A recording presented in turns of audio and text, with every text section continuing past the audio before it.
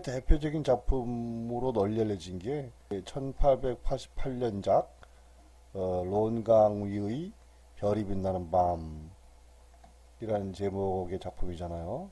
별을 사랑한 고흐. 그리고 또 해바라기가 또 유명하죠. 그래서 고흐에 대해서 피상적으로 알게 되면 굉장히 낭만적으로 생각할 수 있어요. 그런데 이 박홍규 교수의 해석에 따르면 박 교수의 책 이 노동자 화가 빈센트 반 고흐 절망 속에서도 희망을, 이 책은 빈센트 반 고흐를 노동자 화가로 규정을 하잖아요. 고흐가 제일 먼저 그림을 그리기 시작한 곳은 그 광산지대였어요. 근데 그 광산도 뭐 아주 굉장히 유명한 광산이래요. 사고가 많이 나고, 그래서 유럽 그 사회주의 투쟁에 아주 본산이 된 벨기에의 보리나주 광산이라는 데 들어가서 그림을 그리는데요. 처음 그쪽으로 들어간 이유는 선교사로서 들어갔어요. 선교사로서. 박 교수는 이 책, 세상에서 가장 아름다운 편지, 그 반 고흐의 편지를 모은 책입니다. 이 책에서 이런 얘기를 해요. 빈센트가 그림을 그리게 된 가장 강한 동기는 광부들의 처지에 대한 일체감이었다. 그의 초기 습작은 몇 점 안 되지만 그야말로 사회주의 리얼리즘 작품으로 손색이 없다. 고흐랑 사회주의란 단어가 영 연결이 안 될 것 같은데 박 교수는 이런 식으로 해석을 하고, 또 이런 식의 해석을 하는 그 서양 연구자들도 많이 있는 모양이에요. 젊은 고흐가 광산에 들어가기까지 그 얘기를 좀 해보죠. 고흐는 16살 때 이 구필화랑이라는 데에 그 그림 파는 사람으로서 취직을 해요. 이 구필화랑은 당시 국제적인 그 거래망을 갖고 있었대요. 뭐 런던에도 지점이 있고 헤이그에도 있고, 이거는 파리 지점이고요. 그 당시로 치면 뭐 아주 좋은 직장이었겠죠. 고흐는 이 헤이그에 있는 구필화랑으로 취직을 해요. 그 어머니 쪽이 굉장히 부잣집 집안이었고 아버지는 목사였지만, 뭐 목사라도 뭐 지방의 조그만 교회 관리했지만 어쨌든 그 교단에서 주는 집이 있었고, 그리고 하녀까지 있었다니까 뭐 그냥 상류층 중에 한 명, 경제적으로 부유하진 않지만 그렇게 볼 수 있죠. 그래서 이 화랑에 들어가서 이 젊은 고흐는 일을 아주 잘했대요. 처음에는. 이게 20살 때의 빈센트예요. 좀 통통하죠. 얼굴도 넥타이도 맺고. 고흐는 사진 찍는 걸 아주 싫어해가지고 사진이 불과 몇 장 안 남아있다고 그래요. 이 고필 화랑에서 그림을 거래하는, 그 그림을 파는 사람 역할을 하면서 고흐는 점점 고민에 빠져요. 어떤 고민에 빠지냐면은, 그러니까 이렇게 넥타이 메고 화랑의 중개인으로서 잘 나가는 화랑에 또 일도 잘하는 그 중개사로서 활약을 하던 고흐가 이제 굉장히 일에 회의를 느껴요. 그 회의를 느끼는 과정을 박 교수는 그 노동자 화가 빈센트 그 책에서 얘기해 줍니다. 이런 과정이래요. 가난한 사람들을 위해 할 일이 산더미처럼 많은데, 레미제라블들을 위해서 할 일이 산더미처럼 많은데 부자들에게 그림을 파는 일로 일생을 바친다는 것은 도저히 참을 수 없다고 느끼게 되어 화랑일에 완전히 흥미를 잃게 되었다는 거예요.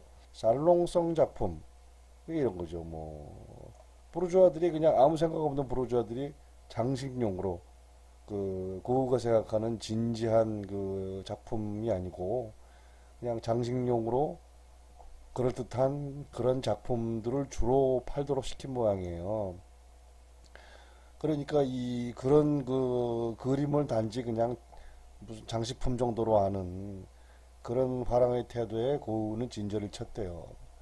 그래서 파리의 화려한 세계에 등을 돌리면서 점점 더 성경 공부에 빠져들어갔대요. 그래서 처음에는 우수사원이었던 빈센트는 그림을 돈으로만 하는 화랑 측, 또 그리고 그런 그림들을 사들이는 바보 같은 그 부자 고객들, 이런 데 대한 화가 점점 쌓여서, 심지어는 이 말하자면 점원이잖아요. 그 갤러리의 점원인데 그 장식용 그림을 사는 그 부르주아들한테 당신 이런 그림을 왜 사냐? 저 좋은 작가가 있지 않느냐? 저 심각하게 진짜 고뇌하고 그림을 그리는 저런 그림을 사라. 좀 덜 예쁘더라도 이러면서 막 싸움까지 하고 그랬대요. 그러니까 이런 사람을 회사 측에서 놔둘 수가 없죠. 그래서 결국은 그 회사에서 쫓겨나요. 구필화랑에서 빈센트는 쫓겨난 다음에 그가 하라고 그랬던 게 뭐냐면은 목사가 되려고 했어요. 그 빈센트는 아버지가 목사인데 아버지의 목회 방식을 굉장히 싫어했대요. 그 꼰대스럽다. 그냥 적당히 그냥 시키는 대로 하고 이런 걸 굉장히 싫어했는데 그래서 자기 나름의 그 목회를 꿈꿨던 거죠. 그래서 또 저 고흐의 가족이 뭐 나쁘지 않으니까 특히 그 엄마 쪽으로 당시 그 네덜란드 최대의 도시 암스테르담에 그 친척이 있었는데 유명한 신학자였대요. 그 사람 집에 머물면서 그 암스테르담 대학 신학과에 입학하려 했는데 이게 또 시험에 떨어집니다 또. 그래서 고흐는 3개월짜리 단기 신학 코스를 마치고 전도사가 돼서 벨기에의 모리나주라는 탄광 지역으로 파견이 돼요. 그래서 처음에 모리나주에 들어간 그 고흐는 자연에 감동을 해요. 마치 서울에 살던 사람이 그 정선 탄광촌에 처음 들어가면 야, 이 경치 좋다 그럴 수 있잖아요. 그래서 처음에 동생한테 보낸 편지에서는 여기 참 아름답다 하고 예찬을 하는데 그 탄광에서 사고가 나면서 생각이 확 바뀌죠. 그 탄광에서 이제 그 갱도에서 가스 폭발 사고가 나는데 그러면서 이제 그 고흐는 교회 소속 전도사니까 이 간호에도 나서고 이런 경험을 하게 돼요. 그 광부의 집에도 찾아가고. 그래서 이 그림은 새벽 눈 내린 길을 걸어가는 광부들이라는 그림이에요. 아, 초창기 그림이죠. 그림 되게 못 그렸어요. 뭐 이렇게 무슨 그 초등학생이 그림 같아요. 그죠? 뭐 고흐는 독학을 한 사람이니까요. 그림을. 그리고 이것도 뭐 같은 해 그림인데 마이너스 인더 스노우 눈 속의 광부들 해서 뭐 광부들이 출근하고 이런 걸 그렸죠. 아직까지는 뭐 이렇게 비극적이지 않아요. 뒤에 뭐 경치도 그려놓고. 근데 이제 이 가스 폭발 사고를 겪은 다음에 1881년이 되면 이제 그림이 많이 바뀌죠. 이거는 무거운 짐을 지고 가는 사람들이란 의미로 그런 제목으로 1881년에 그린 그림인데 이 석탄 자루를 이고 가면서 이 허리가 구부러지고 굉장히 고통스러워하는 여자들 이런 거를 그리죠. 그래서 아까 그 박 교수가 책에서 초창기 습작들 뭐 에서 사회주의적 리얼리즘을 느낄 수 있다 하는 게 바로 이제 이러한 그림을 갖고 얘기를 하는 거겠죠. 가스 폭발 사고 이후 빈센트는 자기 생활이 사치스럽다고 느껴 광부촌의 오막살이 집으로 이사하고 자신이 가진 빵과 옷을 광부들에게 나누어 주었다. 그러니까 그 빈센트는 교단에서 파교한 전도사예요. 그러니까 집도 주고 뭐 먹을 것도 주고 그렇죠. 집도 꽤 컸다고 그래요. 그러니까 그 당시 그 유럽은 뭐 교회가 지배하던 사회잖아요. 교회가 옛날부터 부자였었고 그래서 좋은 집과 품위를 지킬 수 있는 집과 돈을 줬는데 이 가스 폭발 사고 이후에 빈센트는 아 내가 너무 저기 사치스럽게 사는구나. 이 사람들은 너무너무 힘들게 사는데 저렇게 부상당하고 죽고 그 광부들이 그런 얘기를 하는 걸 들었대요. 빈센트는 환자가 환자를 돌보는 게 우리 사정이다. 그런 사정을 보면서 너무 안타까워가지고 자기 집을 줘버려요 그냥 광부들한테. 그 레미제라블한테 줘버리는 거예요. 그리고 자기는 헛간 같은 데로 이사를 가요. 그리고 빵도 주고 옷도 줘버려요 그냥. 막 나눠주는 거예요 그냥. 그러면서 자신은 맨몸으로 울면서 헛간 같은 그런 방에서 겨울밤을 보냈다는 거예요. 그러니까 이 고흐라는 사람은 우리가 이렇게 쉽게 이해할 수 있는 사람이 아니에요. 우리 정상인. 이게 사실은 아무리 그 레미제라블을 위한다고 그래도 레미제라블 그 영화 소설에도 나오잖아요. 그 장발장이 시장이 되면서 그 어려운 사람들 위하지만 그래도 자기도 시장이 되고 돈도 벌고 하잖아요. 그게 우리가 통상적인 그런 상식인데 남을 돕는 사람의 상식인데 그거는 다 줘버리는 거예요. 그냥 다 줘버리는 거예요. 그래서 또 이런 얘기 나와요. 자신이 옷을 잘라 그들이 상처를 동여매고 굶주린 아이들에게는 자신의 초라한 식사를 먹였다. 줄 것이 아무것도 없으면 더러운 누옥의 바닥에 누워 눈 앞의 현실이 자신의 잘못탓이라며 절망에 울었다. 그는 광부들과 살고자 모욕하는 것도 중단했다. 그러니까 뭐 옷도 잘라서 상처를 동여매고 그 광부들의 아이들한테는 자기 거 다 나눠주고 더 이상 줄 것이 없으면은 이게 다 이렇게 된 게 내 탓이다. 내가 잘못해서 그렇다 하면서 눈물을 흘리고 그리고 광부들이 목욕을 잘 못했대요 그 당시에. 그리고 자기도 목욕을 안 했대요. 그러니까 참 이게 이렇게 사니까 교단에서는 이거를 보고 깜짝 놀래요.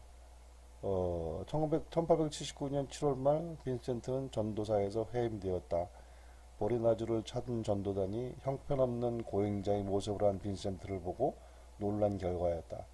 그들에게 전도사란 모름지기 사회적으로 존경받는 인간, 그들이 동경한 부르주아의 미덕을 체현한 인간이어야 했다. 그러나 빈센트는 당시 부르주아의 엄청난 반감을 가지고 있었고 가난한 왕부들과 완전히 일체화되고자 했으므로 그들로서는 도저히 이해할 수가 없었다. 아니 저런 거지 같은 모습을 하고 벌게 먹고 제대로 먹지 못해서 삐쩍 마르고 이건 말이 안 된다는 거죠. 그러니까 이 교단 사람들이 볼 때는 기독교는 이런 얘기를 해요. 낮은 대로 임하라고. 낮은 대로 임하라고 그러는데 적당히 임해야 돼요. 적당히 멋있게 부르주아 생활을 하면서 조금 떼서주고 이래야지 그럴듯하게. 부르주아이면서 낮아져야지 그냥 다 빨개 먹고 나눠주면 안 되는 거예요. 그래서 잘라버려요. 그래서 거울을. 또 광부들의 태도도 변해요. 이 교단에서 잘리는 그 즈음이 되면은 빈센트의 보리나주 시절 초기에 광부들은 빈센트를 존경했으나 존경할 만하죠.